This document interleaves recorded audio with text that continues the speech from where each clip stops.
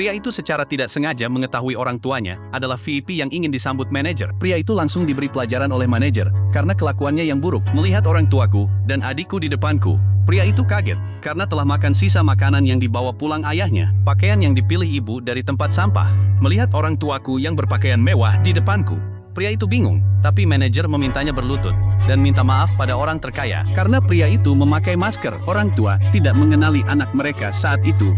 Manajer cepat menarik pria itu pergi, karena orang terkaya akan mengadakan pesta kelulusan untuk anak angkatnya hari ini. Kali ini, ibu menyarankan untuk jujur pada pria itu. Tapi ayahku menolak dan berjanji akan memberikan kejutan saat sekolah dimulai.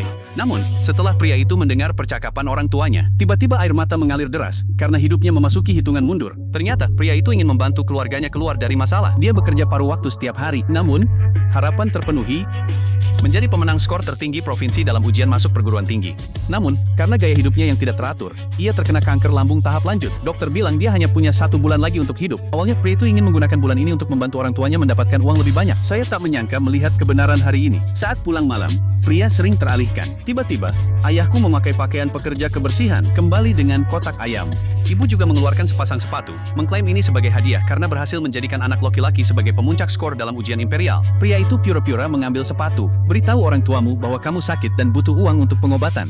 Lalu adikku bilang dia pernah melihat pria itu pergi ke hotel bersama beberapa wanita. Jika seorang pria terkena penyakit kotor, Anda harus segera mengobatinya. Pria itu hendak menjelaskan, tapi di detik berikutnya, ayahnya memukulnya. Dia bilang telah menyimpan uang untuk membiayai sekolahnya selama bertahun-tahun. Saya tak menyangka pria itu akan berbuat nakal di luar setelah hukum keluarga diterapkan. Tidak ada kesempatan untuk menjelaskan. Tiba-tiba, adik lakinya pura-pura berlutut dan memohon ayahnya untuk berhenti memukulnya. Mengklaim bahwa pria hanya suka bermain-main. Ayahku memukulku lebih keras lagi. Masukkan dia ke isolasi. Lalu beberapa orang pergi. Meski ibu saya sangat keberatan, tapi dia tak berani bicara. Pria itu pingsan. Saat itu, Ketika dia bangun, dia sudah di rumah sakit. ternyata teman sekelasnya yang menyelamatkannya.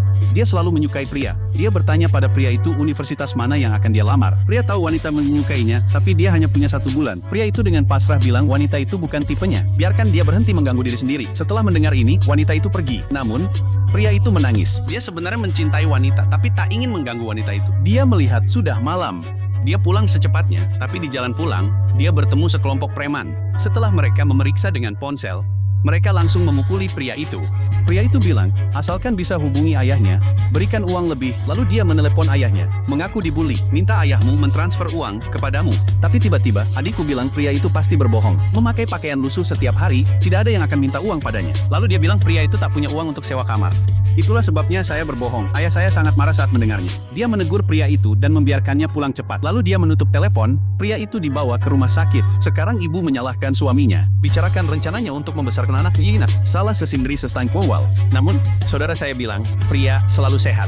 Saya rasa pria pura-pura, tujuannya agar orang tua menyesal. Ayah juga merasa ada yang salah setelah mendengar ini. Pikirannya ialah lebih di...